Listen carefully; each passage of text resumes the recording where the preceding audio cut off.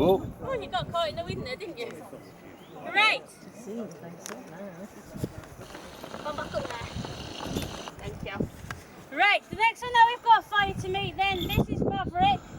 So Maverick is my little male Harris hawk. So the Harris hawks, they're found across southwest United States, Mexico, Chile, Argentina and Peru, that kind of area. Habitat-wise, a wide variety of habitat. To be honest, they're quite a versatile, clever little bird and they adapt very well.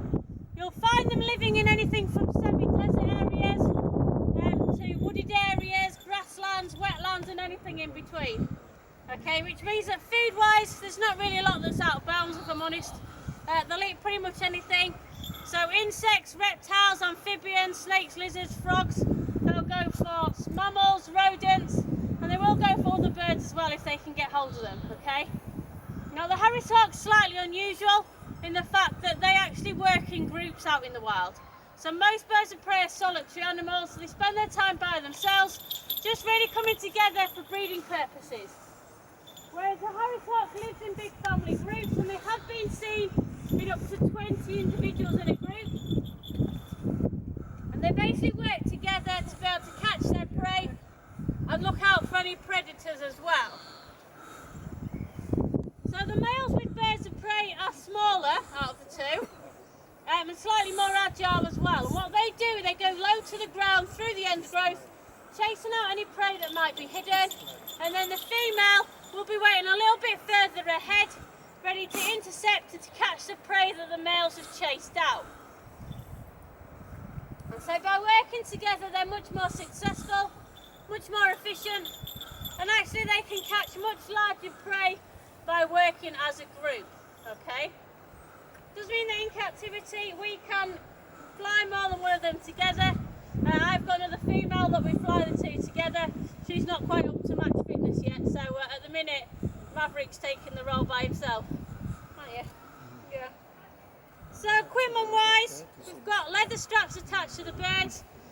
They are called flying jesters, and what they do is they allow me to keep hold of the bird, keeping them safe and secure on my glove. They're attached to his leg, strongest part of his body, and it's the only bit where there's no feather. Oh, nearly got your head then. He landed on your head. Just way into the wind, so he's got a bit more control. If you'd have just waited there, it would have been all right, Mum. So, skinned me then, I think.